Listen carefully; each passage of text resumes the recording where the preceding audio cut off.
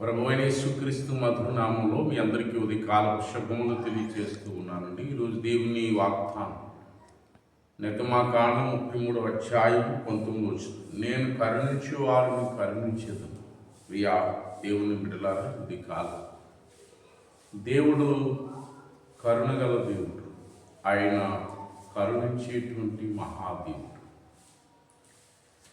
ఆయన ఎత్తుకు వచ్చినటువంటి రోగులైనటువంటి వారందరినీ ఆయన కనికరించి వారందరినీ ఆయన స్వస్థపరిచినట్లుగా పరిశుద్ధ గ్రంథంలో మనం చూస్తాం. ఆయన ఎద్దకు వచ్చి వారిని ఆయన ఎన్నడూ త్రోసివేయలేదు. ఆయన సహాయాన్ని కోరిన వారిని అందరికీ ఆయన తన కరుణను కృపను చూపించి దేవుడు కార్యాలు జరిగించినట్లుగా మనం చూస్తాం.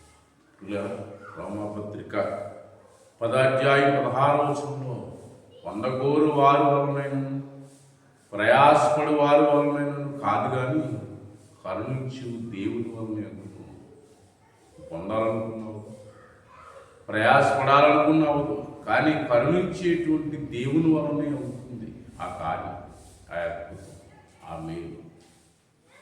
కాబట్టి కరుణించే దేవుని సహాయాన్ని ఈ కాలం కోరుకో. దేవుడు మన జీవితంలో ఘనమైన, అద్భుతమైన, ఆశ్చర్యమైన కార్యాలు ఆయన జరిగించేవాడై ఉన్నాడు. ప్రార్థన చేసుకుంటాం. మహాపరిశుద్ధుడైన తండ్రి, కొందనాలు ఈ కాలంలో ప్రార్థన చేస్తున్నటువంటి ప్రతి కుటుంబాన్ని ఏకీపిస్తున్నటువంటి వారి కుటుంబాల పట్ల, వారి బిడ్డల పట్ల నీ కృప, నీ కరుణ, నీ వాత్సల్యం, నీ ఆశీర్వాదం ఆయన నీ బిడ్డలైన వారందరికీ సమృద్ధిగా దయచేయండి. ఉదయకాలం హాస్పిటల్ ప్రతి రోగుల్ని పుట్టి స్వస్థపరచు. ఏ సునామను ప్రార్థన చేసి వేడుకుంటున్నాను మా పరమ తండ్రి. ఆమేన్. God bless you. దేవుడిని దీవించి ఆశీర్వదించుగాక.